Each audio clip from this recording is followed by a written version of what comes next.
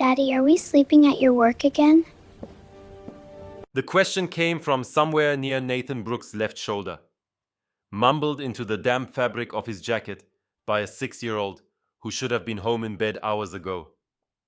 Emma's small arms were wrapped around his neck, like she was afraid he might disappear if she let go, and her dinosaur backpack kept bumping against his hip with every step he took across the rain-slicked marble floor of Ashford Industries headquarters. Nathan adjusted his grip on his daughter and tried to sound reassuring, even though his voice came out rougher than he intended.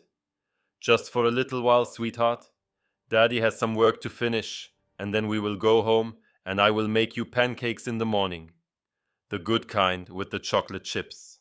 Emma murmured something that might have been agreement, or might have been a request for extra whipped cream.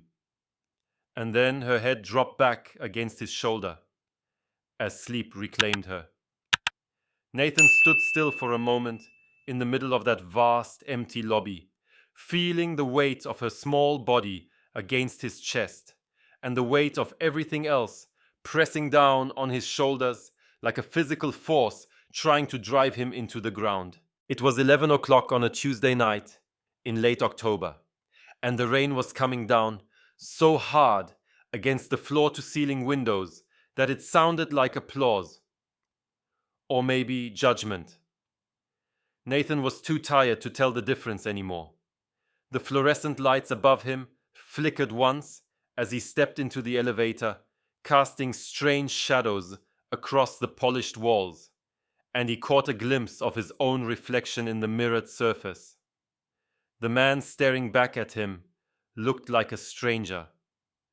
Dark circles carved deep beneath bloodshot eyes, cheekbones sharper than they should have been. The kind of hollow, haunted expression that belonged to someone who had forgotten what it felt like to sleep through the night. He was 36 years old, a senior financial analyst at one of the most prestigious firms in Manhattan, and he had exactly 7 hours to complete a report that should have taken 3 days. The Meridian analysis. 400 pages of projections and risk assessments and competitor benchmarks that would determine whether Ashford Industries moved forward with the biggest acquisition in company history. His boss had assigned it to him yesterday morning with a deadline that made his stomach drop, and now here he was carrying his sleeping daughter through an empty building at nearly midnight, praying that the coffee in the break room was still fresh and that Emma would stay asleep long enough for him to find something resembling a second wind. The elevator doors opened onto the 42nd floor, and Nathan stepped out into the dim glow of emergency lighting and the distant hum of computers left running overnight. A few junior associates were scattered across the open floor plan, their faces illuminated by the pale glow of their monitors. But none of them looked up as Nathan passed. They had learned by now to keep their heads down and their mouths shut. Everyone who worked at Ashford Industries had learned that lesson eventually. Nathan found a corner desk near the window, far enough from the others that Emma's presence would not be immediately noticed, and he carefully lowered her into an ergonomic chair that probably cost more than his monthly rent. He tucked his jacket around her like a blanket, smoothing down the fabric where it bunched up around her shoulders, and he brushed a strand of auburn hair from her forehead with fingers that trembled slightly from exhaustion. She looked so much like her mother when she slept. The same delicate features, the same way her lips parted just slightly, the same peaceful expression that made it seem like she was dreaming about something beautiful. Nathan felt his throat tighten the way it always did when he let himself think about Sarah. So he pushed the thought away and focused instead on the task at hand. He had a report to finish and a daughter to provide for, and absolutely no room in his life for the luxury of grief. "I will be right here," He whispered more to himself than to Emma. Everything is going to be fine. You just sleep a little longer and Daddy will take care of everything. He always did. He always had to. What Nathan did not know, what he could not possibly have predicted, was that the woman who was slowly destroying his life was about to walk into this room and set in motion a chain of events that would change everything. Sometimes the person who breaks you is the same person who puts you back together. Sometimes your worst nightmare becomes your greatest blessing. And sometimes, on a rainy Tuesday night in Manhattan, a single father carrying his sleeping daughter through an empty office building is about to meet the one person who can teach him that second chances are real. Before we continue, please tell us where in the world you are tuning in from. We love seeing how far our stories travel. Nathan had just opened his laptop and pulled up the first of 17 spreadsheets when he heard it. The sharp, unmistakable click of expensive heels against marble flooring, approaching with the kind of purposeful rhythm that made his stomach clench with dread. He knew that sound. Everyone on the 42nd floor knew that sound. It was the sound of Victoria Ashford, and it never preceded anything good. She appeared at the end of the hallway like something out of a fever dream, her tall silhouette framed by the city lights glittering through the rain-streaked windows behind her. Victoria Ashford was 32 years old, the youngest CEO in the company's 100-year history, and she had inherited the position 2 years ago after her father collapsed at his desk from a massive heart attack. Everything about her suggested control, from the precise cut of her charcoal blazer to the way her long blonde hair was pulled back in a severe ponytail that left no strand out of place. Tonight she was wearing one of her signature red dresses beneath the blazer, a form-fitting design that somehow made her look more intimidating than any suit ever could. The color was like a warning sign, Nathan thought, like the bright markings on a venomous snake that told you to keep your distance if you valued your life. She walked toward him without offering any greeting, her ice blue eyes scanning the spreadsheet on his screen before they even bothered to acknowledge his existence as a human being.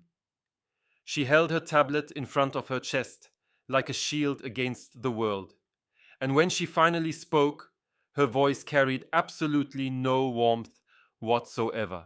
The meridian analysis. I need it on my desk by 6 tomorrow morning. Complete projections, risk assessment, and competitor benchmarks. No exceptions, no excuses, no extensions. Nathan felt something tighten in his chest as he glanced at the clock in the corner of his monitor. It was already past 11. 7 hours to complete 3 days of work. He opened his mouth to explain, to reason with her, to appeal to whatever shred of humanity might be hiding somewhere beneath that polished exterior. Miss Ashford. He began, trying to keep his voice steady and professional, even though every muscle in his body wanted to scream. I have been here since 7 this morning. The data you are asking for requires access to files that are not even in my clearance level, and the competitor analysis alone will take at least. Then get access. Her voice cut through his explanation like a knife through silk, clean and cold and utterly indifferent to the impossibility of what she was demanding. She did not raise her voice or change her expression. She did not need to. The threat was implicit in every syllable. If you cannot handle the pressure, Mr. Brooks, perhaps you are not suited for Ashford Industries. Perhaps you should consider whether this position is really the right fit for someone with your circumstances. Her gaze flickered briefly toward the corner desk, where Emma lay sleeping, her small form barely visible beneath the makeshift blanket of Nathan's jacket. For a fraction of a second, something crossed Victoria's face. Something that might have been recognition or confusion or even guilt. But whatever it was, it vanished as quickly as it appeared, replaced by that same mask of cold professionalism that she wore like armor. She turned to leave without waiting for his response, her heels clicking against the marble floor in a rhythm that sounded almost like a countdown. Nathan watched her disappear around the corner, his jaw clenched so tight it ached, his hands trembling slightly as he returned them to his keyboard. He thought about his health insurance, about the premium that had gone up again last month. He thought about Emma's upcoming dental appointment and the cavity that needed filling. He thought about the rent that was due in 9 days, and the credit card bill that was already past due, and the groceries they needed, and the winter coat Emma had outgrown.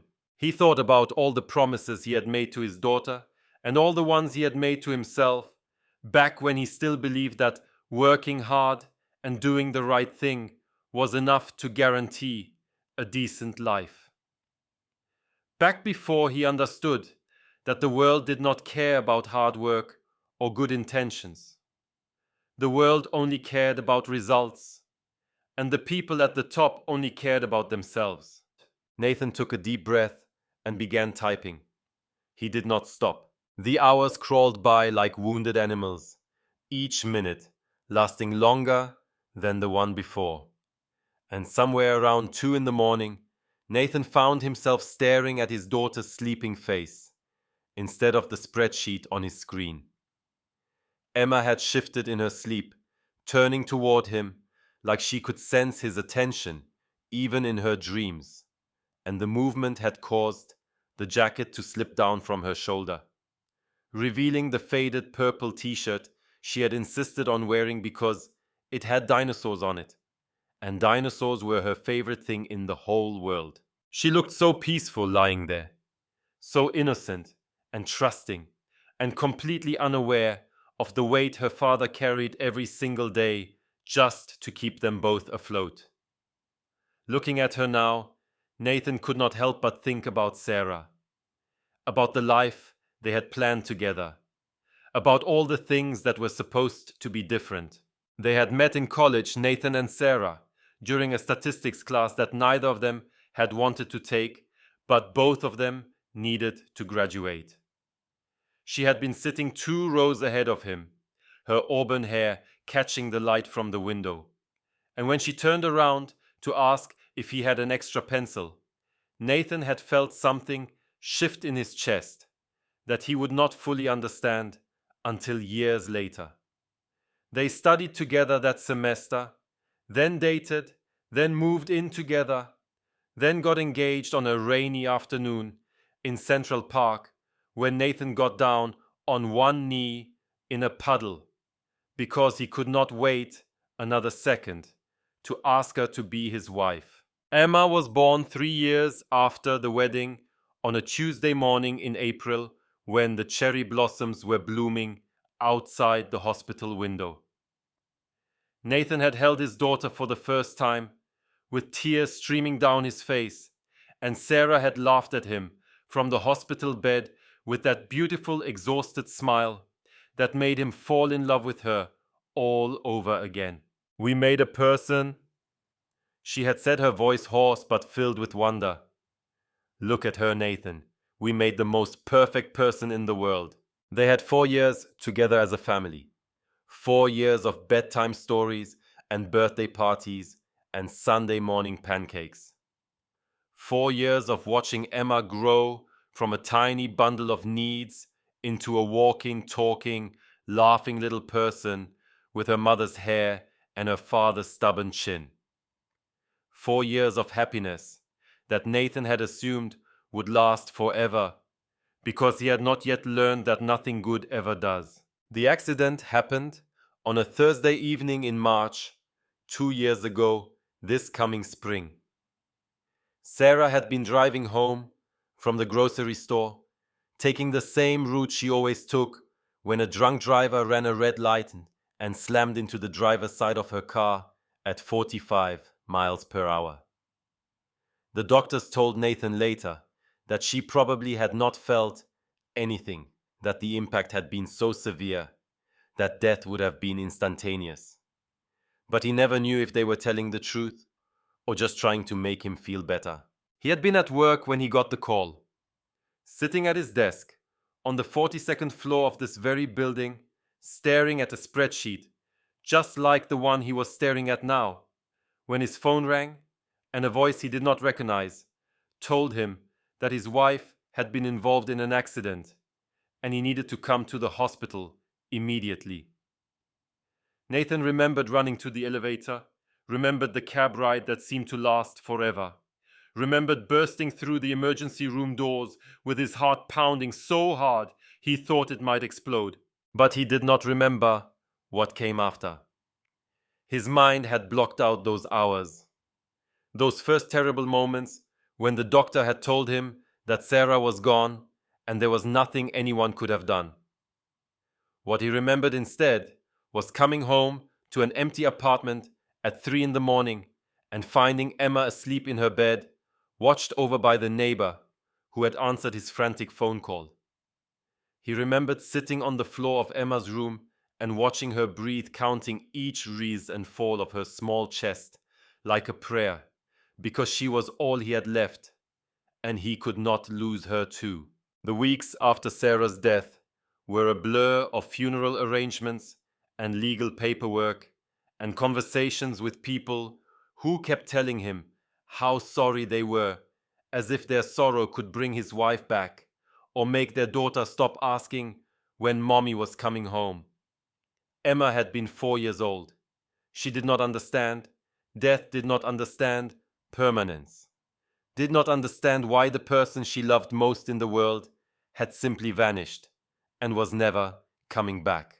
Nathan learned to braid hair from YouTube tutorials, watching the same video 17 times until he could manage something that looked presentable enough for preschool. He learned to pack lunches and schedule doctor's appointments and read bedtime stories in voices that made Emma laugh, even when he felt like crying. He learned to do everything Sarah had done so effortlessly, all while working 50 hours a week and trying to keep his grief from swallowing him whole. Sarah's family blamed him. Nathan never fully understood why, but he knew it started at the funeral when Sarah's mother had looked at him with red-rimmed eyes and said something about him working too much, about him never being home, about him not being there when Sarah needed him. As if he could have stopped a drunk driver, as if he could have prevented an accident that happened 15 miles away, while he sat at his desk doing the job that paid for their mortgage and their insurance and their daughter's future. They cut off contact after that. No more holiday visits, no more birthday cards for Emma, no more phone calls or emails, or any acknowledgement that they had ever been family at all. Nathan did not fight it. He did not have the energy to fight anything except the daily battle of survival, of putting one foot in front of the other and making sure Emma had food to eat and clothes to wear, and a father who showed up even when showing up felt impossible. He had made a promise at Sarah's grave on a cold morning 3 months after the funeral, when the grass was still brown and the headstone was still shiny and new. He had knelt in the frozen dirt with Emma playing nearby, and he had whispered words that only the dead could hear. I will take care of her. I will be enough for both of us. I will never let her feel alone. 2 years later, sitting in an empty office at 3 in the morning with a sleeping daughter and an impossible deadline, Nathan wondered if he was still keeping that promise, or if he had broken it so gradually that he had not even noticed it happening. The weeks that followed carved deep lines into Nathan's face and stripped away whatever reserves of energy he had managed to build up over the past 2 years. Victoria Ashford assigned him 2 additional projects before the meridian analysis was even complete, explaining in her clipped, efficient way that she was testing his capacity for growth, evaluating his potential for advancement, giving him an opportunity to prove himself. The words sounded almost positive if you did not look too closely, but Nathan understood what they really meant. She was pushing him to see how far he could bend before he broke. The meeting started at 6 in the morning, the mandatory briefings that required him to drop Emma at the neighbor's apartment before the sun came up. The conference calls stretched past 10 at night, leaving him to pick up his daughter from Margaret's house, half asleep, and carry her home through streets that were already dark and empty. He stopped eating proper meals because there was never time to cook, surviving instead on vending machine sandwiches and coffee that tasted like it had been brewed sometime during the previous administration. Other employees whispered in the break room about Nathan's obvious exhaustion, about the dark circles under his eyes and the slight tremor in his hands, and the way his suits had started to hang loose on a frame that was losing weight it could not afford to lose. But no one said anything directly. No one offered to help or asked it if he was okay, or suggested that maybe, just maybe, Victoria Ashford was asking too much of one person. They had seen what happened to people who pushed back against the boss. They had watched colleagues disappear from their desks overnight, their names removed from the company directory, as if they had never existed at all. At home, the evidence of Nathan's failing battle was everywhere. Dishes piled up in the sink because he did not have time to wash them. Laundry overflowed from the hamper because running to the laundromat required hours he did not have. Emma ate cereal for dinner 3 nights in a row because Daddy was too tired to cook anything else, and she stopped asking about the park because she had learned that the answer was always the same. Maybe next weekend, sweetheart. Daddy just has to finish this project first. Nathan worked at the kitchen table while Emma sat beside him, coloring in her book of dinosaurs. The two of them sharing the same space, but existing in completely different worlds. She would look up sometimes and ask if he was almost done, and he would tell her yes, just a few more minutes, even when he knew it would be hours. He hated himself for the lies, but told them anyway, because the truth was too heavy for a 6-year-old to carry. One Thursday evening, Emma asked if they could go to the park on Saturday. There was going to be a special event with face painting and balloon animals and a petting zoo with real baby goats, and Sophie from her class was going to be there, and she had been talking about it for weeks. Nathan looked at his daughter's hopeful face and felt something crack inside his chest, and he made a promise that he meant with every fiber of his being. "We will go, sweetheart, I promise. Saturday is going to be our day, just you and me and the baby goats." But when Saturday came, Nathan's phone rang at 7 in the morning with Victoria's name on the screen and her voice demanding his presence on a video call with investors from Singapore that could not be rescheduled under any circumstances.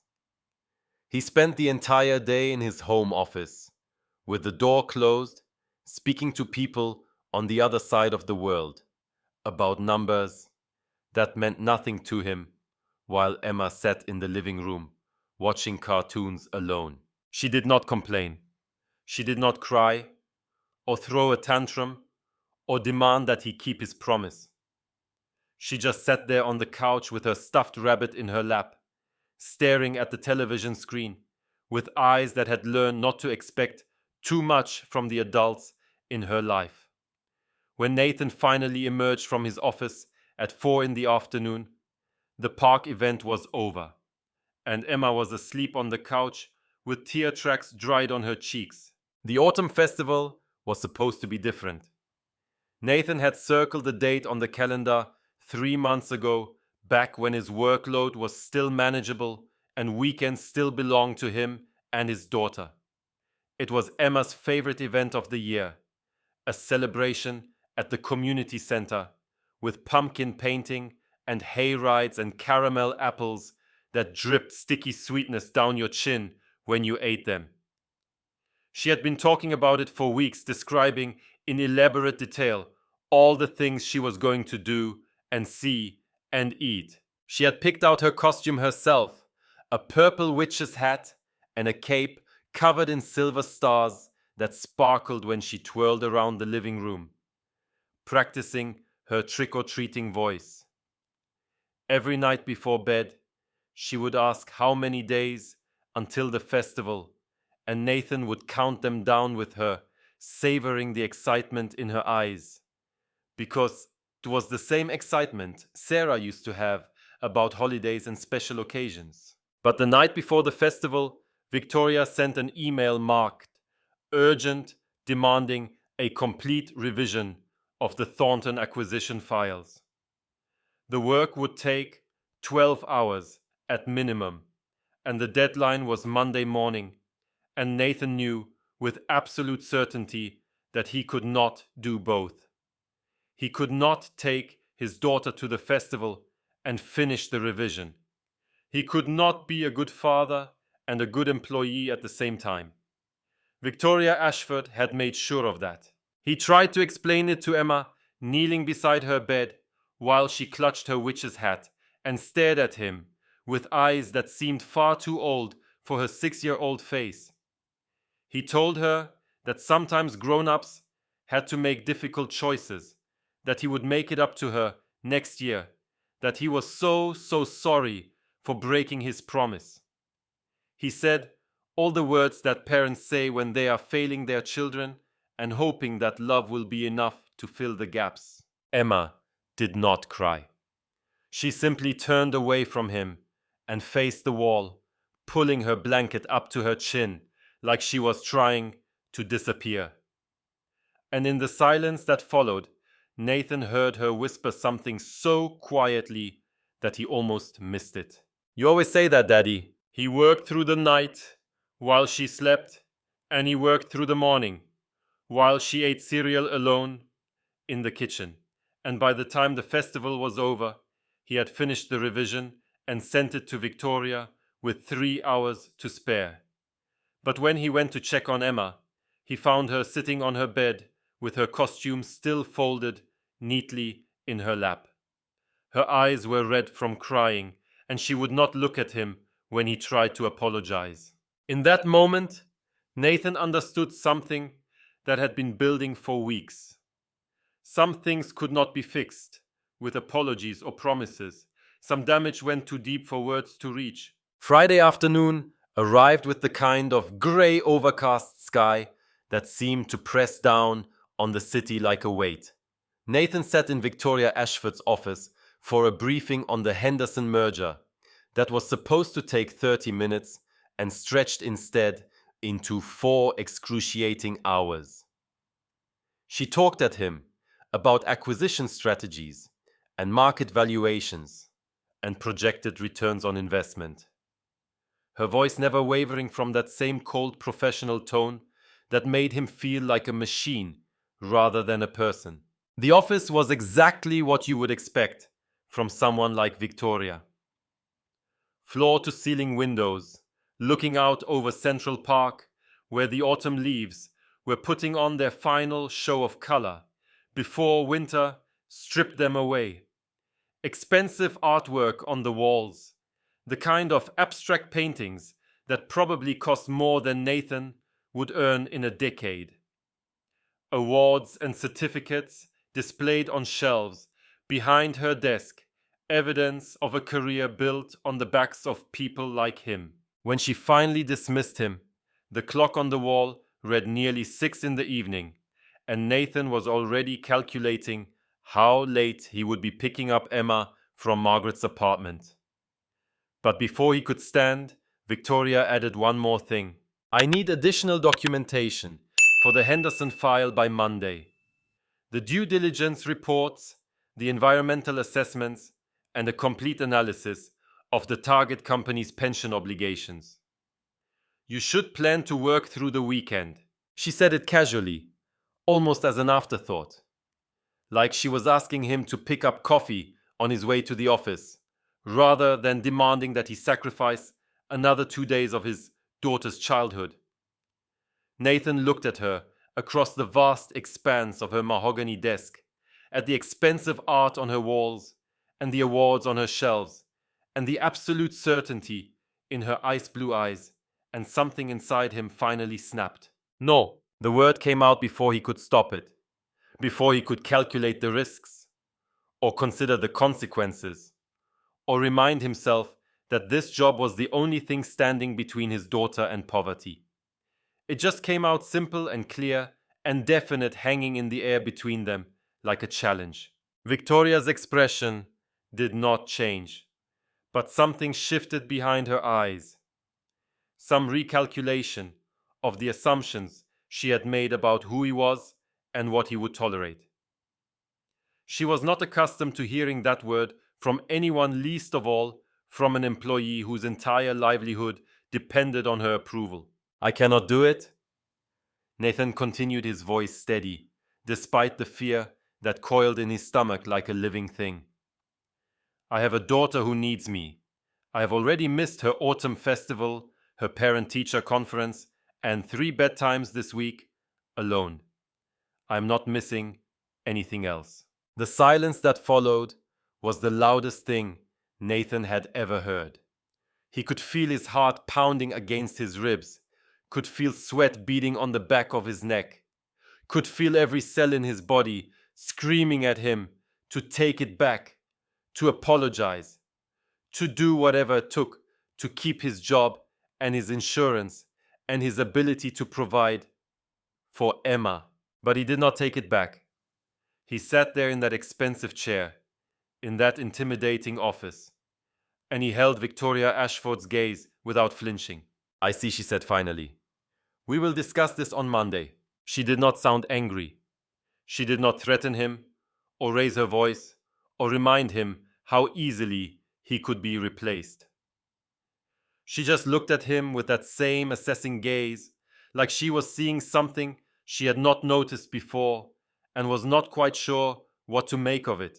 Somehow that was worse. Nathan left her office with his legs feeling unsteady beneath him, wondering if he had just made the worst mistake of his career.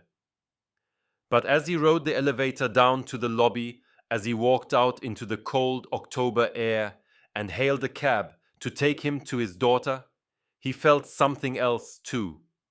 Something he had not felt in a very long time.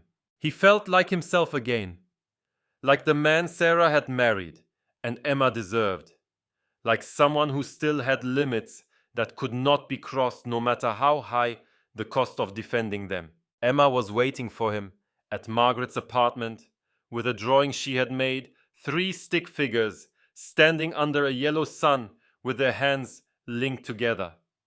When Nathan asked who the people were, she pointed to each one in turn. That is you, Daddy, and that is me, and that one is Mommy watching us from heaven. Nathan held his daughter close and breathed in the scent of her hair and tried not to think about what Monday would bring. Whatever happened next, whatever Victoria Ashford decided to do, he would face it the same way he had faced everything else since Sarah's death. One day at a time, one foot in front of the other. For Emma. Always for Emma. The child could not have been more than 6 years old, with tangled auburn hair and a unicorn backpack that looked like it had been through at least one too many wash cycles. She was curled up in one of the leather chairs outside the executive conference room on the 43rd floor, her knees drawn to her chest and her eyes closed in the deep, exhausted sleep of someone who had been awake far longer than any child should be. Her small hands clutched the straps of her backpack even in slumber, like she was afraid someone might try to take it away if she let go. Victoria Ashford noticed her on a Tuesday afternoon between a meeting with the board of directors and a conference call with investors in London. She had walked past this same hallway hundreds of times over the past 2 years, had passed by dozens of employees and assistants and visitors without giving any of them a second glance. But something was different today. Something about this child stopped her in her tracks. Maybe it was the way the girl's hand clutched that backpack strap, fingers curled tight around the worn fabric like it was a lifeline. Maybe it was the slight furrow in her brow, the unconscious expression of worry that no 6-year-old should carry even in sleep. Maybe it was the faded stain on her jacket that suggested a breakfast eaten too quickly in the back of a taxi, or the way her shoes were scuffed and worn in a pattern that spoke of too much time spent waiting in places children did not belong.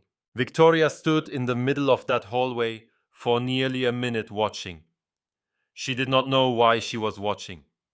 She did not know what she expected to see or feel or understand. But she could not seem to make herself walk away. A secretary passed by without so much as glancing at the sleeping child, her heels clicking against the marble floor in that same purposeful rhythm that Victoria recognized from her own walk. A junior associate stepped over the girl's extended legs without breaking stride, his attention fixed on the tablet in his hands, like the child did not even exist. It was as if she had become invisible, a piece of furniture that everyone had agreed to ignore, because acknowledging her would require acknowledging something uncomfortable about the way this company operated. Behind Victoria, she could hear two assistants whispering to each other, their voices just low enough that they clearly thought she could not hear them. "Poor thing has been here since 6 this morning," the first one said.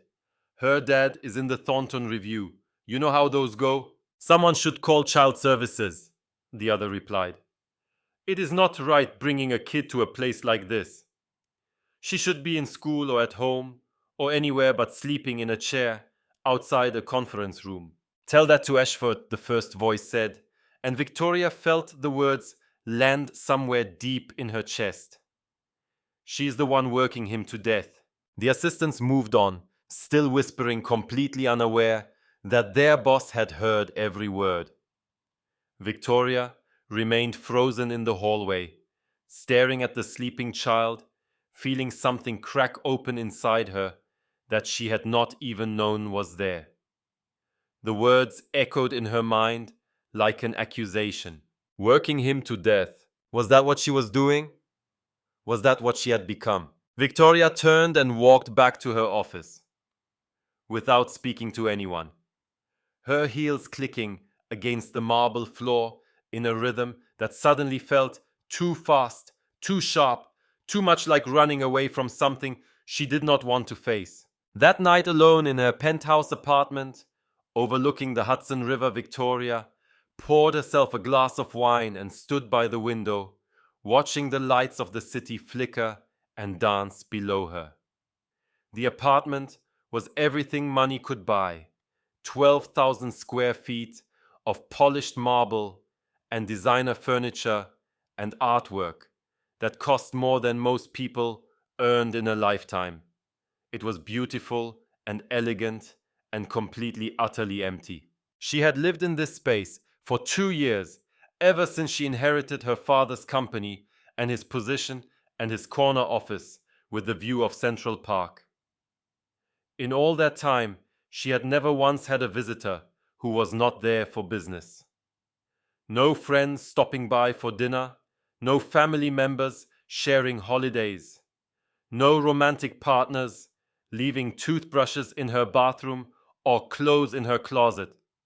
Just Victoria alone in her empire of glass and steel, surrounded by possessions that meant nothing, and silence that seemed to grow louder every day. She opened her laptop and began reading, pulling up every report Nathan Brooks had submitted over the past 6 months. Every analysis, every projection, every hastily written email sent at hours when no reasonable person should be awake. She told herself she was reviewing his performance, evaluating his potential, doing her due diligence as a responsible CEO. But as the hours passed and the files accumulated on her screen, Victoria realized she was looking for something else entirely. She was looking for answers, for understanding, for some explanation of how she had become the kind of person who drove a man to bring his 6-year-old daughter to the office because there was nowhere else for her to go. The reports told a story, but not the one Victoria had expected. She saw a man who had caught errors that 3 senior executives had missed, quietly correcting mistakes that could have cost the company millions without ever asking for credit or recognition.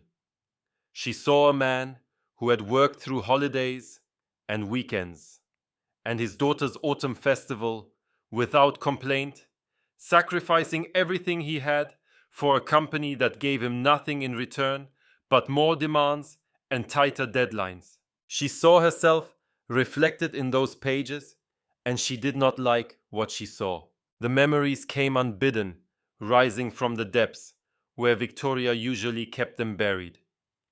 Her father, Richard Ashford, founder and former CEO of the company that bore his name, had been a legend in the business world.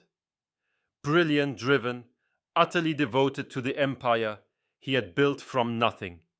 He had taught Victoria everything she knew about leadership, about strategy, about the art of turning ambition into achievement. But he had also taught her something else, something she was only now beginning to understand.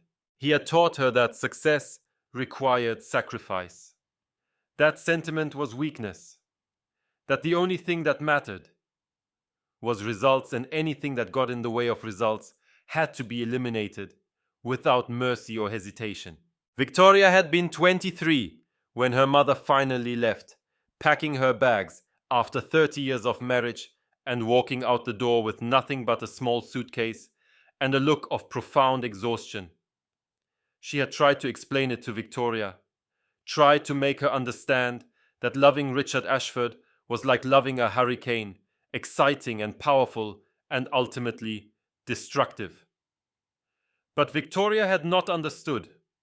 She had been too young and too convinced that her father was right about everything to see that her mother was not running away from her family. She was running toward survival. 5 years later, Richard Ashford collapsed at his desk from a massive heart attack. The paramedics found him at 2 in the morning, his hand still on his computer mouse, an email half written on his screen. He had died alone in the building he had built, surrounded by the work he had devoted his life to, without anyone who loved him there to hold his hand or say goodbye. Victoria had inherited everything: the company, the office, the employees, the fortune. But she had also inherited something else, something she had not recognized until now. She had inherited her father's loneliness, his isolation, his complete inability to connect with another human being on any level that was not transactional. At 32 years old, Victoria Ashford had everything the world said you were supposed to want, and nothing that actually mattered. No one to share her victories with. No one to comfort her in defeat. No one who cared whether she lived or died, except for what her death would mean for the company's stock price. She had spent her entire adult life building walls around her heart, telling herself that vulnerability was dangerous and love was a distraction, and the only thing she could truly depend on was her own ambition. And now, sitting alone in her penthouse at 3 in the morning, she was finally starting to understand the cost of those walls. She thought about the child sleeping in the hallway, about the father who brought her to work, because there was no other option, about the life they were living, because Victoria had decided that her company's profits mattered more than their survival. She thought about her own father, who had built an empire and lost his family, who had achieved everything and ended up with nothing, who had died alone at his desk without anyone to mourn him, except a daughter who had never really known him at all. She thought about the woman she had become, and she wondered if it was too late to become someone else. Thursday arrived with a grey sky that seemed to press down on the city like a judgment. Nathan had spent the past 14 days working on the final revision of the Henderson report, 73 pages of analysis that represented the culmination of 2 weeks of effort with almost no sleep. His hands shook constantly now, a fine tremor that he could not control, no matter how much coffee he drank or how hard he tried to steady them. His vision blurred at odd moments, the numbers on his screen swimming together like fish in a tank, and there was a persistent ringing in his ears that no amount of rest seemed to quiet. He finished the report at 11 in the morning and sent it to Victoria's inbox with a sense of hollow triumph, the kind of victory that felt more like surrender because he knew the cost had been too high.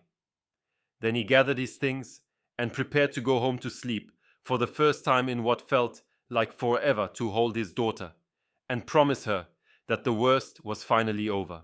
He made it 4 steps into the elevator before his vision went completely black. The world tilted sideways in a way that had nothing to do with the elevator's movement. Nathan felt his legs buckle beneath him, felt his body crumple against the wall, felt himself sliding down to the floor, as every part of his body seemed to shut down at once.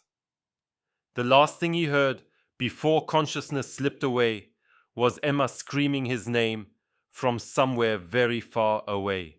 When he opened his eyes, he was lying on the cold marble floor of the lobby, surrounded by a circle of concerned faces that swam in and out of focus, like images in a dream.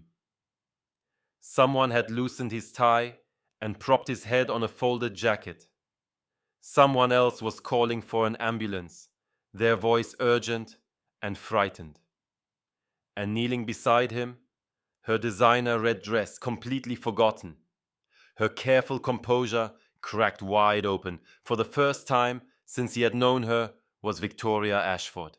"Do not try to move," she said, and her voice sounded strange, almost human, almost like she actually cared what happened to him. "Help is coming. Just stay still. You are going to be okay." Emma was crying somewhere nearby, great heaving sobs that cut through the ambient noise of the lobby like a knife through silk. Nathan tried to turn toward her, tried to tell her that everything was fine, that Daddy was just tired, that there was nothing to worry about. But his body refused to cooperate. His vision kept sliding in and out of focus, and his limbs felt like they were made of lead, and all he could do was lie there on the cold floor and listen to his daughter cry. Then Victoria did something that Nathan would remember for the rest of his life. She stood up from beside him and walked over to Emma, crouching down until they were at eye level.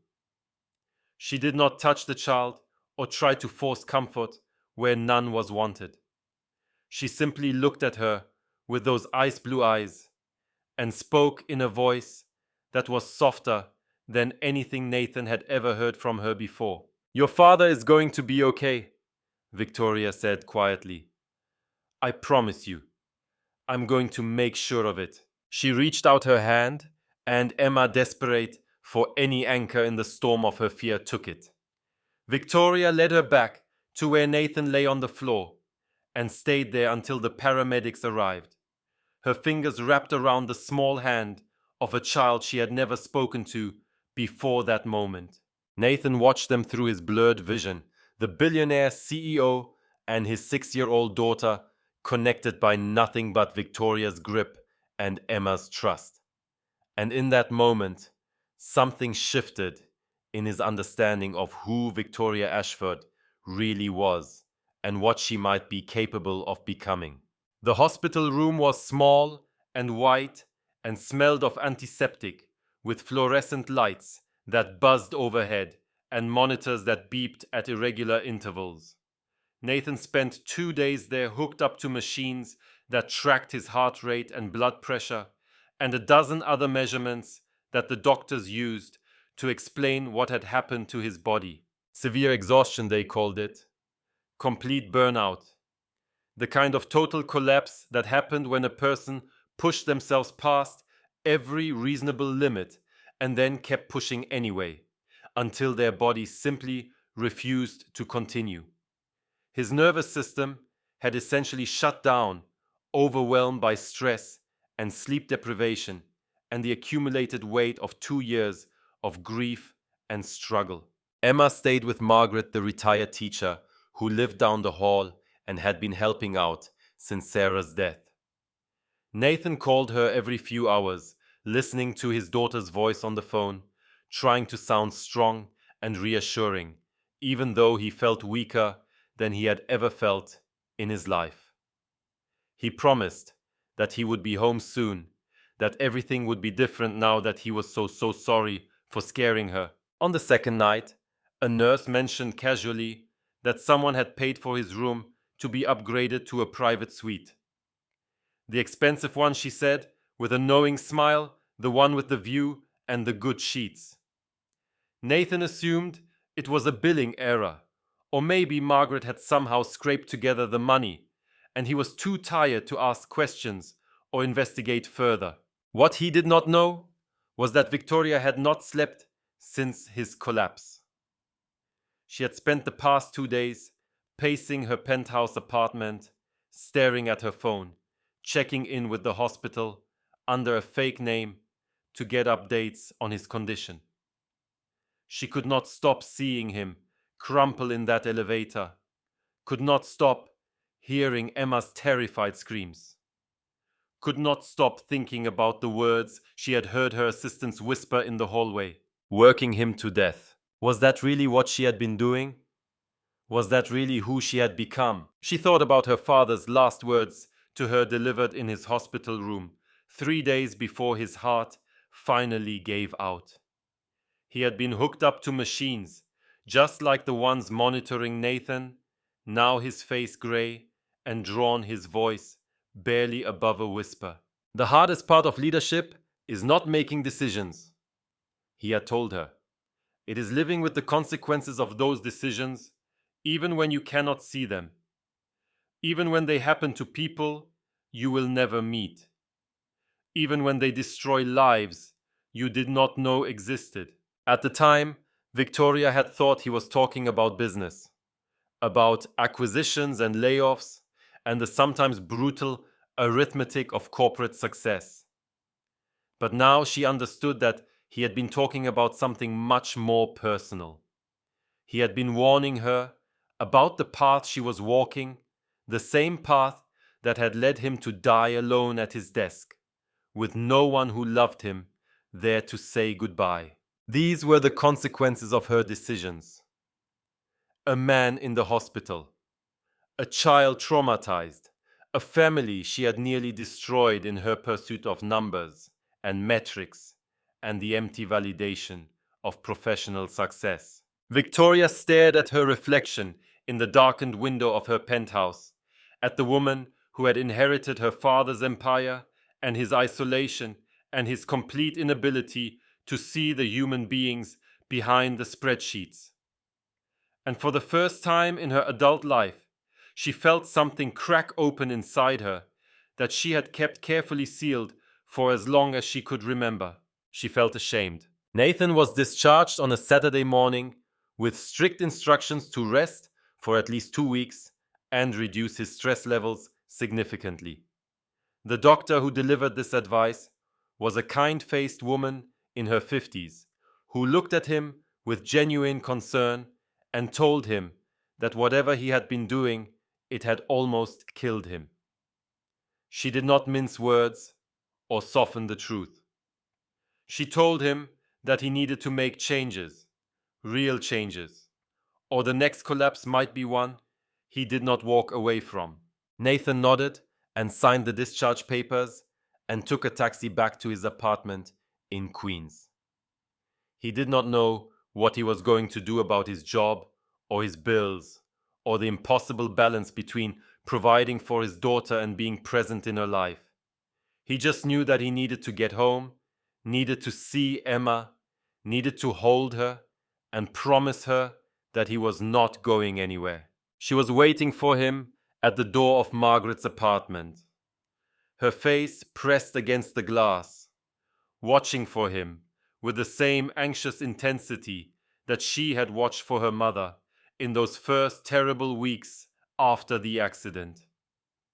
When Nathan walked through the door, Emma threw herself at him with a force that nearly knocked him over, her small arms wrapped around his waist like she would never let go. "I thought you were going to die," she whispered into his shirt.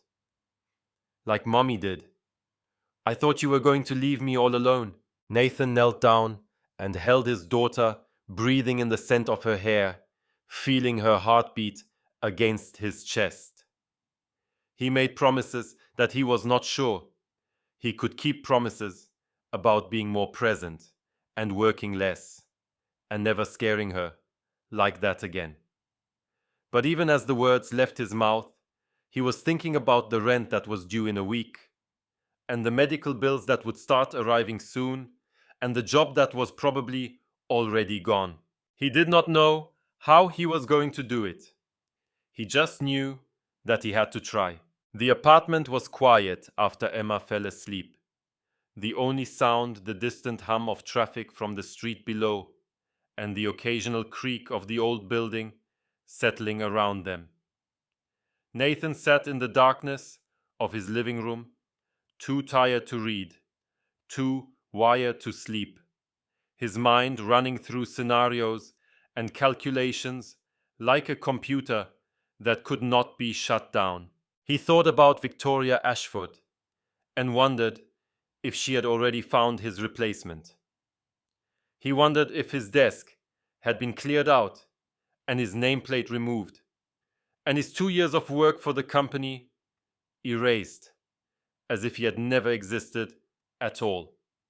He wondered what would happen when his medical leave ended and he had to face the reality of his situation, unemployed with a sick child and no savings and no prospects and no idea how he was going to survive. The knock came at exactly midnight. 3 sharp raps against the thin wood of his apartment door, the sound cutting through the silence like a knife. At first Nathan thought he was imagining it, some artifact of exhaustion or the medication the hospital had sent him home with. But then it came again, insistent and unmistakable, and he rose from the couch with a growing sense of unreality. No one knocked on his door at midnight. No one knocked on his door at all, except the landlord demanding rent, or delivery drivers who had gotten the wrong apartment number. He opened the door without checking the peephole, because at this point he was too tired to be cautious, and the sight that greeted him nearly made him lose his balance all over again. Victoria Ashford stood in his hallway. The billionaire CEO of Ashford Industries, a woman whose net worth exceeded the GDP of several small countries, was standing in the dim fluorescent lighting of his rundown apartment building at midnight on a Saturday night. She looked different than he had ever seen her. She was wearing a grey wool coat that seemed out of place in these surroundings. Designer fabric among the peeling wallpaper and stained carpet. Her long blonde hair was pulled back in a simple ponytail instead of its usual severe style. There was no makeup on her face, no jewelry on her fingers, no trace of the armor she usually wore to face the world. She looked younger without all of that. Younger and more uncertain than Nathan would have believed possible.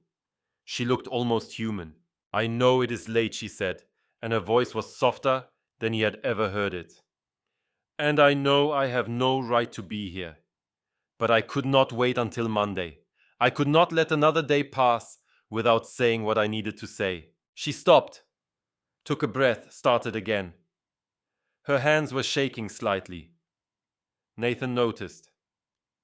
Victoria Ashford, who negotiated billion-dollar deals without breaking a sweat, was standing in his doorway with trembling hands. "I need to apologize," she said, "and I needed to do it in person." Nathan stared at her for a long moment, trying to reconcile the woman standing before him with the one who had driven him to collapse. The woman who had demanded impossible deadlines and punished him for having a life outside of work. The woman who had made his daughter cry and his health fail and his faith in himself waver until he was not sure who he was anymore. He should have been angry. He should have told her to leave, to send her apologies through HR like a normal person, to let him recover in peace, without the reminder of everything she had put him through. But something in her expression stopped him. Something raw and genuine that he had never seen in the polished conference rooms of Ashford Industries.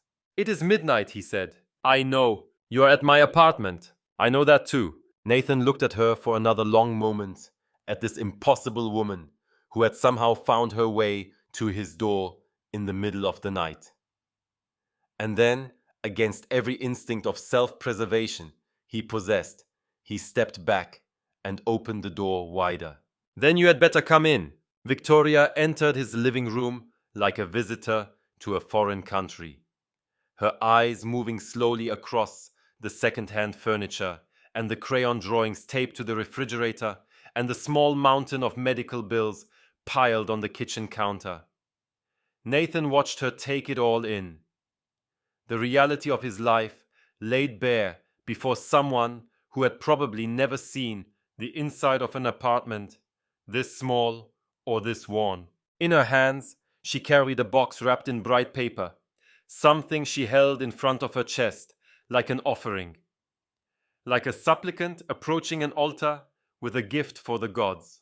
"I saw your daughter looking at this in a store window," she said quietly. "About a month ago. I was passing by in my car, and I saw her standing there with her nose pressed against the glass, staring at it like it was the most beautiful thing she had ever seen." She paused, and when she spoke again, her voice was thick with something that sounded almost like tears. "And I did not stop. I should have stopped. I should have gotten out of my car and bought it for her right then. I should have done a lot of things differently." Nathan took the box from her hands, feeling its weight running his fingers over the bright wrapping paper that seemed too cheerful for the moment. Through the paper, he could see the outline of a stuffed animal, something soft and purple with what looked like wings. "Miss Ashford," he began, but she cut him off. "Victoria, please. I think we are past professional titles at this point." Victoria. The name felt strange in his mouth, too intimate for what they had been to each other. Too familiar for two people whose entire relationship had been built on demands and deadlines and the unequal distribution of power. "I do not understand," Nathan said slowly. "Why are you here? Why now?" Victoria did not answer right away. Instead, she walked to his couch and sat down without being invited, settling into the worn cushions like they were the most comfortable seat she had ever occupied. For a moment, she looked almost lost, like a woman who had spent her entire life navigating by a map that had suddenly become useless. I have been thinking about something my father told me, she said finally. Before he died, when he was handing over the company, he said that the hardest part of leadership was not making decisions. It was living with the consequences of those decisions, even when you could not see them. She looked up at Nathan, and her eyes were bright, with something that might have been tears. I made decisions about you, she continued. About your time, your health, your relationship with your daughter. And I never once stopped to think about what those decisions were costing you. I just saw numbers on a spreadsheet. Performance metrics, productivity reports, things that could be measured and optimized and improved. Her voice cracked slightly on the last word. I did not see a person. I did not see a father struggling to keep his family together. I did not see a man who was giving everything he had just to survive. And I'm more sorry for that than I know how to say. The silence that followed was heavy with everything that had happened and everything that might happen next. Nathan stood there with the wrapped gift in his hands, looking at this woman who had been his tormentor and was now something else entirely, and he did not know what to feel or what to say or what to do. And then from the hallway came a small voice that changed everything. Daddy, who is at the door? Emma stood at the entrance to the hallway in her favorite purple pajamas, the ones with the little dinosaurs printed all over them. She was rubbing her eyes with one hand and clutching her stuffed rabbit with the other, and she looked at Victoria with the unfiltered curiosity of childhood. There was no recognition in her face, no understanding of who this woman was or what she represented. Just a sleepy 6-year-old wondering why there was a stranger in her living room in the middle of the night. This is Miss Victoria, Nathan said carefully. She is someone I work with. She came to visit. In the nighttime. The question was innocent, but pointed the kind of observation that only children could make without understanding its implications. Nathan opened his mouth to explain, but Victoria beat him to it. She rose from the couch and walked over to Emma, crouching down until they were at eye level. It was the second time she had done this, Nathan realized. The second time, she had lowered herself to meet his daughter, where she was, instead of expecting the world to rise up to meet her. I came to bring you something, Victoria said, and her voice was softer than Nathan had ever heard it. And to tell your father that I'm sorry for making him miss so much time with you. He loves you very much, and I made it hard for him to show you that. And I'm very, very sorry. She reached for the wrapped box and held it out to Emma, who looked at her father for permission before taking it. Nathan nodded, and Emma's small hands closed around the gift with careful reverence.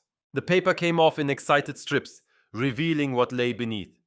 A stuffed dragon with purple scales and iridescent wings that caught the light and scattered it into tiny rainbows across the ceiling.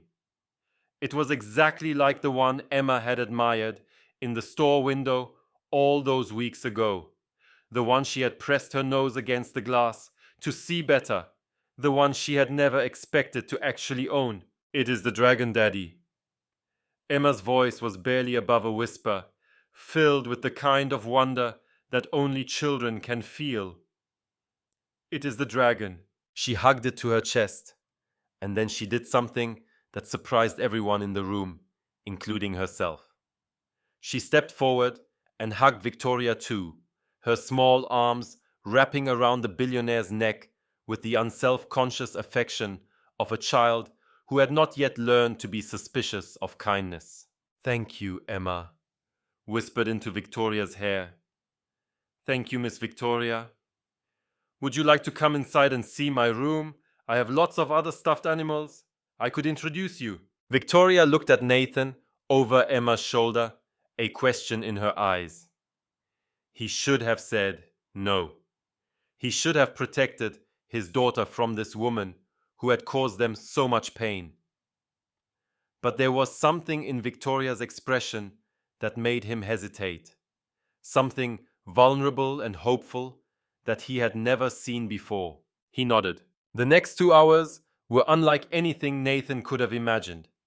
He watched Victoria Ashford, CEO of a multi-billion-dollar corporation, sit on his daughter's twin bed and listen with genuine attention to detailed descriptions of every stuffed animal in Emma's collection.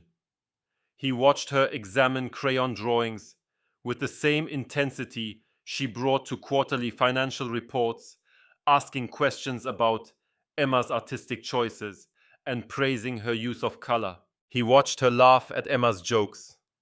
Genuine laughter that transformed her face into something almost unrecognizable. She looked younger when she laughed, softer, more like a person and less like a force of nature. And then about an hour into the visit, Emma said something that stopped Victoria cold. "You are very pretty, Miss Victoria, but you look sad. Daddy looks sad sometimes, too, when he thinks I am not watching. Maybe you can be sad together, and then you will not be so alone." Victoria's eyes filled with tears. Real tears that spilled down her cheeks before she could stop them, leaving tracks in the careful composure she had worn for so long that she had forgotten it was a mask. "That is very wise, Emma," she managed to say. "You might be right about that." Emma finally fell asleep again around 2:30 in the morning, her new purple dragon tucked under one arm and her old stuffed rabbit tucked under the other. Nathan pulled the covers up to her chin and kissed her forehead, then led Victoria back to the living room where the clock on the wall reminded them both that the night was almost over. "I should go?" Victoria said, but she made no move toward the door. "You need to rest. The doctors were very clear about that." "So do you," Nathan replied.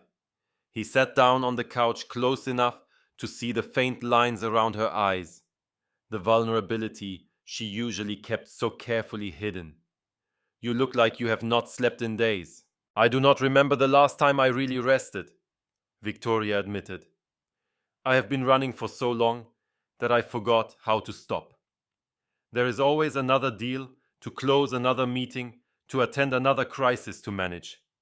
It never ends, and somewhere along the way I convinced myself that was normal, that it was what I wanted." Nathan looked at her, really looked at her, and for the first time he saw past the designer clothes and the corporate title to the person underneath. A woman who was just as lost as he was, just as lonely, just as desperate for connection, but with no idea how to find it. "Why did you really come here tonight?" he asked. Victoria was quiet for a long moment, staring at her hands folded in her lap. "Because I watched you collapse," she said finally, "and I realized that I did that. My expectations, my demands, my complete inability to see you as anything other than a resort to be optimized. I have spent 2 years running my father's company, and I never once asked myself what kind of person that company was making me become." She turned to face him, and there was something in her expression that Nathan had never seen before. Something that looked almost like hope. "I want to be different," she said. "I want to be the kind of leader my father would have been proud of. The kind of person who builds people up instead of breaking them down. And I want to start by making things right with you and Emma, if you will let me." Nathan thought about everything she had put him through. The impossible deadlines and the missed bedtimes and the festival Emma would never get back. He thought about the hospital room and the medical bills and the fear in his daughter's eyes when she thought he was going to die like her mother had. And then he thought about the way Victoria had looked at Emma tonight, the way she had knelt down to meet his daughter at eye level, the way she had laughed at jokes and examined crayon drawings and held a sleeping child's hand with a tenderness that no amount of corporate training could fake. People can change, his mother used to say. Everyone deserves a second chance to be better than they were before. I do not know if I can trust you, Nathan said honestly, after everything that happened. I do not know if I can believe that any of this is real. I understand that, Victoria replied, and I am not asking you to trust me tonight. I am asking you to let me try, to let me prove that I can be different, to give me a chance to be the person I should have been all along. The silence stretched between them, filled with possibility and danger, and the terrifying prospect of believing in someone who had already let you down. You. Okay, Nathan said finally. I will give you that chance. But this has to be different. Everything has to be different. It will be, Victoria promised. I swear to you, it will be. They sat there together until the first light of dawn began to creep through the windows, talking about everything and nothing, learning each other's stories in a way they never had before. And when Victoria finally left, stepping out into a cold morning that was just beginning to brighten, Nathan felt something he had not felt in a very long time. He felt hope. Nathan woke to the sound of Emma's voice chattering away in the kitchen, accompanied by the clatter of a spoon against the cereal bowl and the occasional burst of 6-year-old laughter.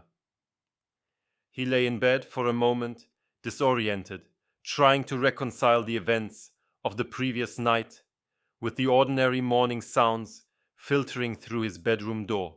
Had Victoria Ashford really been in his apartment at midnight?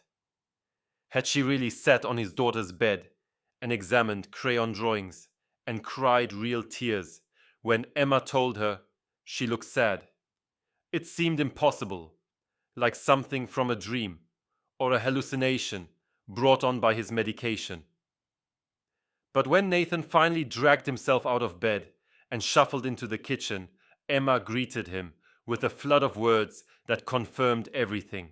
Daddy, Miss Victoria was so nice. She knew all the names of my stuffed animals after I only told her once. And she said my drawings were beautiful. And she smelled like flowers, like the really expensive kind that Mommy used to wear sometimes. And she promised she would come back and see the rest of my pictures. She did promise, Daddy. Do you think she will really come back? Nathan poured himself a cup of coffee and sat down at the table, watching his daughter's animated face as she recounted every detail of Victoria's visit. Emma had not been this excited about anything since before Sarah's death, and the sight of her joy made something warm bloom in Nathan's chest, even as a voice in the back of his mind warned him to be careful. People like Victoria do not change overnight, the voice said. People like Victoria do not change at all. This is probably some kind of manipulation, some elaborate scheme to get something she wants. You need to protect yourself. You need to protect Emma. But then he thought about the look in Victoria's eyes when she had held his daughter. The genuine warmth that no amount of corporate training could produce. The tears that had fallen when Emma had told her she looked sad.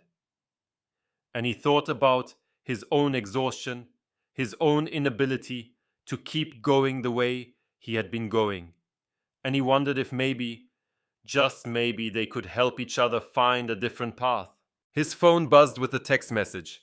Nathan picked it up and saw Victoria's name on the screen. The contact information he had given her before she left. I meant what I said last night. Can we meet tomorrow to discuss a new arrangement? Somewhere neutral? I have ideas. He read the message 3 times, looking for hidden meanings or ulterior motives, and found nothing but sincerity. Whatever game Victoria was playing, she was playing it very close to the chest. Or maybe, just maybe, she was not playing any game at all. Okay, he typed back. Name the place. The coffee shop Victoria chose was in Midtown Manhattan, one of those places with exposed brick walls and artisanal pastries and prices that made Nathan's wallet hurt just looking at the menu. The clientele were the kind of people who looked like they had never worried about money in their lives, dressed in clothes that cost more than his monthly rent, and drinking lattes that required a paragraph of instructions to order. Victoria was already there when he arrived, sitting at a corner table with 2 cups in front of her. She stood when she saw him, a gesture of respect that caught Nathan off guard, and she waited until he was seated before she spoke. "Thank you for coming," she said. "I was not sure you would." "I almost did not," Nathan admitted. "I spent most of the morning trying to convince myself that last night was some kind of elaborate trick." Victoria nodded, as if she had expected nothing less. "I want to tell you something," she said, "about who I am and how I got here. I think you deserve to understand the person who put you through all of that before we talk about anything else." And so she told him about growing up in her father's shadow, the only child of a man who measured everything in terms of achievement and results. About learning from an early age that love was conditional, that approval had to be earned, that the only way to matter was to succeed. About inheriting a company she was not prepared to run and feeling the weight of 10,000 employees' livelihoods pressing down on her shoulders every single day. She told him about the pressure she had put on herself to prove that she deserved her position, to prove that a 30-year-old woman could run a billion-dollar corporation as well as any man twice her age. About the mistakes she had made and the people she had hurt and the relationships she had destroyed in her pursuit of perfection. About the loneliness that had become so familiar, she barely noticed it anymore. Like a low-grade fever that you learn to live with until you forget what it feels like to be well. "I am not asking for sympathy," Victoria said when she was finished. "What I did to you was wrong, and no amount of context can change that. I'm asking for a chance to do better, and I want to start with you." She pulled a folder from her bag and slid it across the table. Inside was a proposal for a new position, a role that would give Nathan more autonomy, better hours, and a significant raise. There were provisions for childcare assistance, flexible scheduling, and a guaranteed minimum number of vacation days.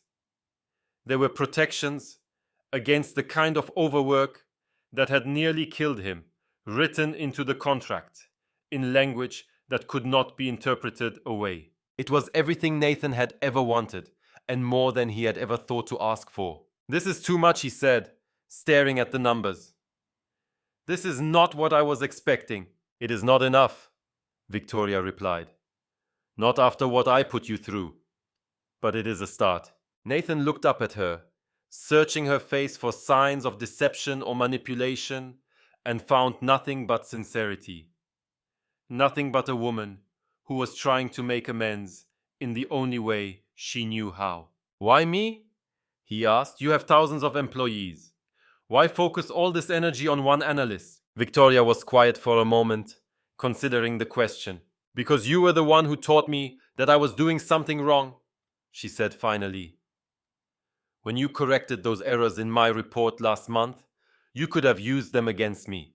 You could have gone to the board or leaked them to the press or demanded a promotion in exchange for your silence. But you did not. You fixed the problem and moved on because you cared more about doing the right thing than about what you could gain from it." She reached across the table and touched his hand, just briefly, just enough to make her point. "I have been surrounded by people who tell me what I want to hear," she continued. "People who are afraid of me, or who want something from me, or who see me as a stepping stone to their own success. You were different. You told me no when I deserved to hear no. And you showed me what integrity looks like, even when no one is watching." Nathan thought about his father, about the lessons he had tried to pass down, about the importance of doing the right thing, even when it was hard. He thought about Emma, asleep in her bed with a purple dragon. And he thought about the kind of example he wanted to set for her. "I will think about it," he said. Victoria nodded, and for the first time since he had known her, she smiled. Not the sharp, professional smile she used in meetings. A real smile, warm and genuine, that transformed her face into something almost beautiful. "That is all I ask." The weeks that followed were strange and uncertain, a transitional space between what had been and what might be.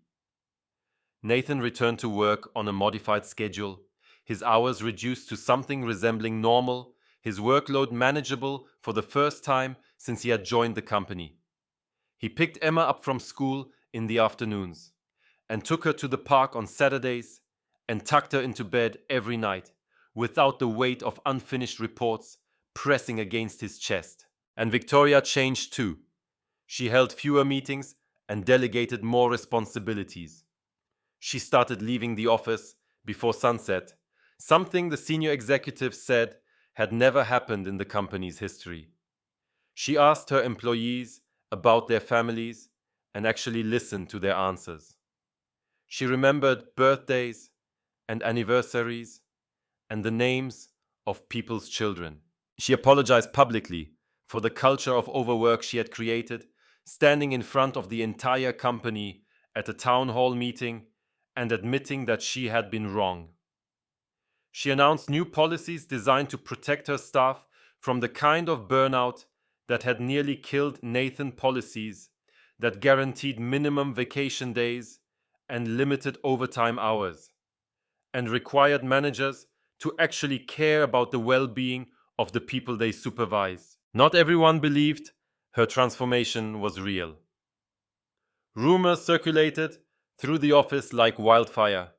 Speculation about her motives, her mental state, her secret agenda.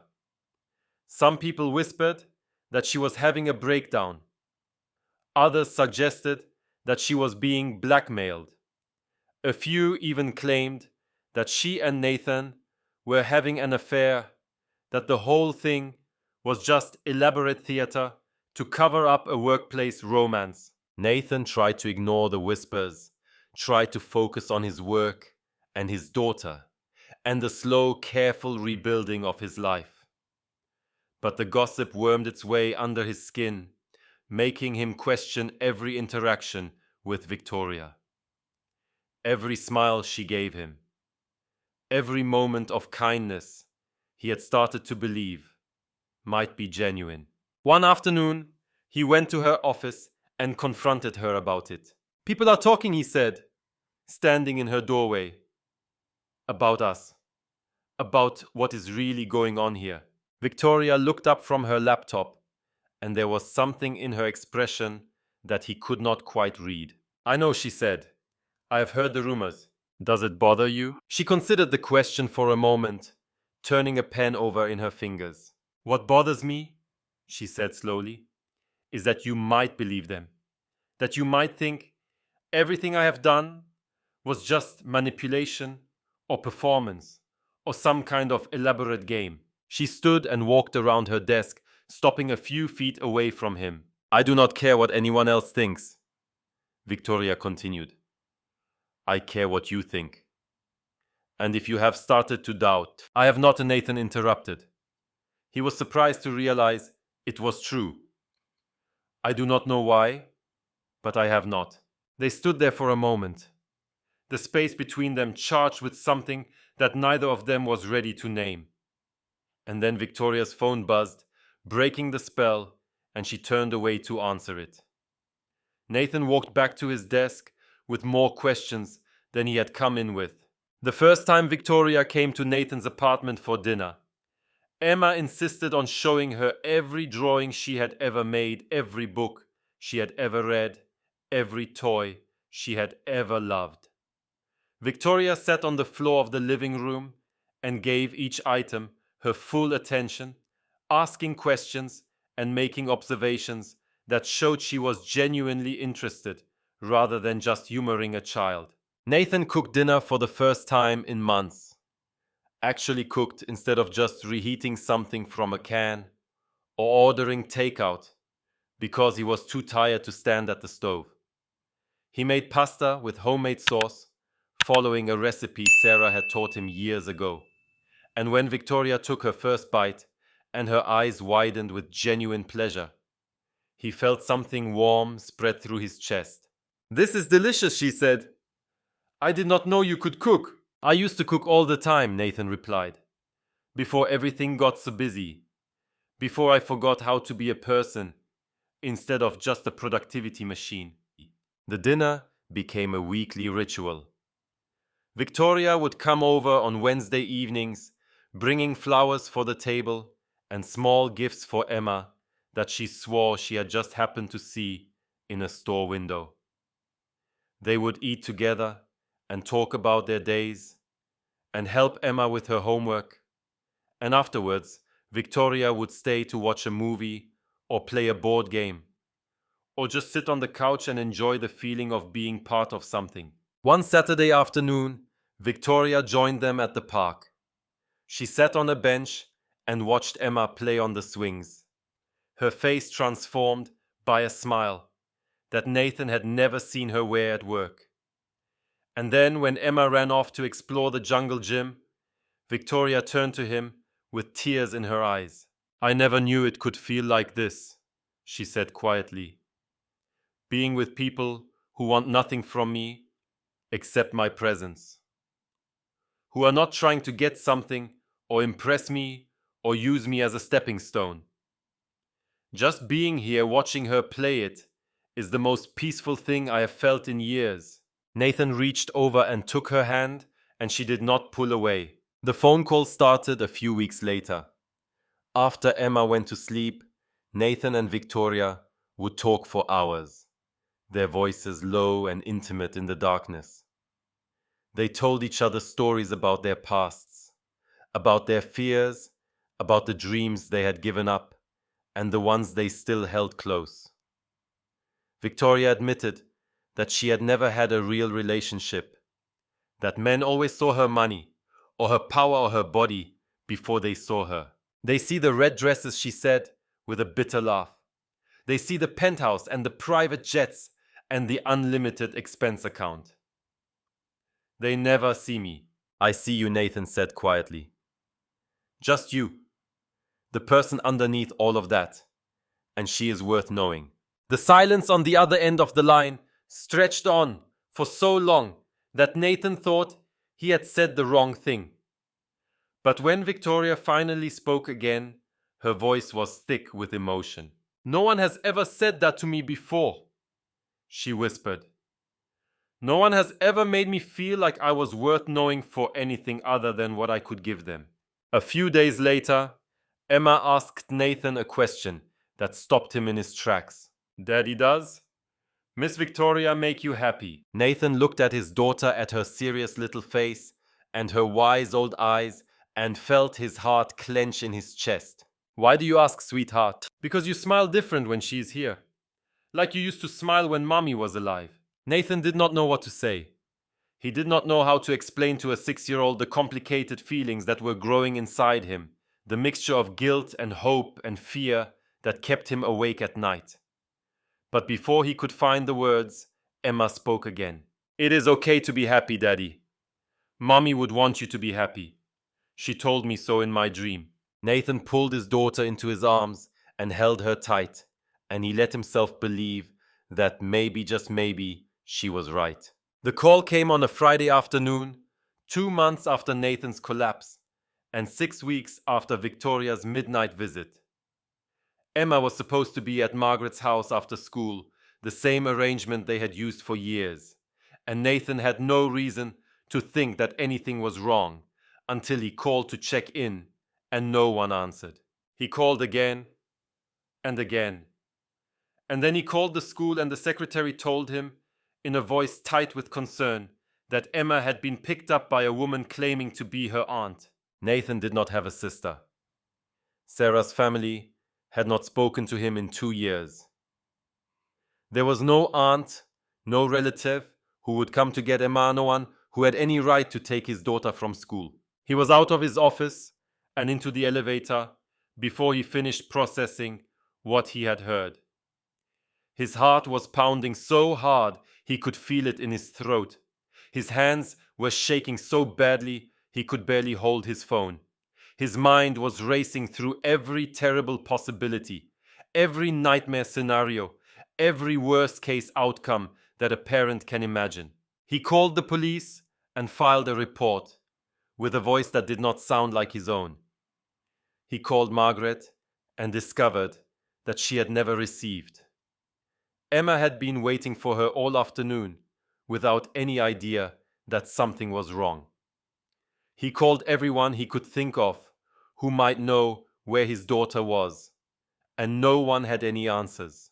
Victoria found him in the lobby of the building, pacing in circles, his phone pressed to his ear, his face a mask of barely controlled panic. She listened to him explain what had happened, her expression shifting from confusion to horror to determination as the full weight of the situation became clear. And then she did something that surprised him. She took charge. Within an hour, Victoria had mobilized the full resources of Ashford Industries in the search for Emma. Security teams, private investigators, connections at the NYPD who owed her favors from past donations and fundraisers. She called in every chip she had accumulated over her years in business, every relationship she had cultivated, every tool at her disposal, and she directed it all toward one goal: finding Nathan's daughter. They worked through the night, reviewing security footage and interviewing witnesses and tracking down leads that went nowhere. Nathan was exhausted and terrified and grateful in ways he could not articulate. And somewhere around 3 a.m, when the fear became too much to bear alone, he let Victoria hold his hand. The breakthrough came at dawn. A security camera at a bus station in New Jersey had captured an image of a small girl with auburn hair holding hands with a woman who matched the description of someone the school secretary remembered seeing. The police traced the woman to a motel 20 miles away, and by noon they had Emma back in her father's arms. The kidnapper turned out to be Sarah's cousin, a woman Nathan had met exactly once at a wedding 7 years ago. She had convinced herself that Emma was being neglected, that Nathan was an unfit father, that she was rescuing the girl from a bad situation. She had followed the news of Nathan's collapse and seen it as proof that he could not take care of his own child. The police arrested her. Social services got involved. For a few terrible hours, Nathan was forced to prove that he was a fit parent, that his daughter was safe with him, that he had not somehow brought this crisis on himself through his own failings. Victoria stayed with him through all of it. She sat beside him in the police station and stood behind him in the social worker's office and held Emma's hand when the little girl finally started to cry. She did not ask for gratitude or acknowledgement or anything in return. She simply was there, steady and certain, a presence that Nathan had never expected and was not sure he deserved. When it was over, when Emma was asleep in her own bed and the apartment was finally quiet, Victoria sat with Nathan on his couch and watched the last light of day fade over the city. "Thank you," Nathan said. "I do not know how to begin to repay you for what you did." "You do not have to thank me," Victoria interrupted. "I would do it again. I would do anything for that little girl." She paused, and when she spoke again, her voice was barely above a whisper. "And for you, if you would let me." Nathan looked at Victoria, at this woman who had started as his tormentor and become something else entirely, something he was only beginning to understand. He thought about trust and vulnerability and the risk of opening himself up to someone who had already hurt him once. He thought about Sarah and the love they had shared and the life they had built together before it was torn apart. And he thought about Emma, who had told him it was okay to be happy, who had said that her mommy wanted him to smile again. "I am scared," Nathan admitted. "I do not know how to do this." "Neither do I," Victoria said. "But I think that is okay. I think maybe we can figure it out together." They sat there, in the growing darkness, two people who had found each other in the most unexpected way, and they did not need to say anything else. The silence between them was enough. A few days later, Emma was sitting at the kitchen table working on a drawing. Nathan asked her what she was making, and she held up the paper for him to see. 3 stick figures holding hands under a bright yellow sun. One tall figure with brown hair, one shorter figure with blonde hair, and one very small figure in the middle with a purple dragon tucked under her arm. "That is you, Daddy," Emma said, pointing to each figure in turn. "And that is Victoria. And that is me." "Why Victoria?" Nathan asked, his voice thick with emotion. "Because she makes you happy. And she makes me feel safe. Mommy would want us to have people who make us feel safe." Nathan pulled his daughter into his arms and held her tight. And over her shoulder he saw Victoria standing in the doorway, tears streaming down her face. "It is okay to love again, Daddy," Emma whispered. "Mommy told me in my dream. She said she wants you to smile." 6 months later, Victoria's apartment had been transformed. The cold, empty penthouse that had once echoed with silence was now filled with the sounds of life. Emma's laughter, Nathan's voice, the clatter of dishes and the murmur of conversation, and all the small, ordinary noises that make a house feel like a home. Emma had her own room there now, a space Victoria had designed herself. A canopy bed draped with fairy lights. Shelves filled with books and toys. An art corner with easels and crayons and every color of paint imaginable. And on the wall, in a simple wooden frame, was the drawing Emma had made of the 3 of them together. 3 stick figures, holding hands under a yellow sun.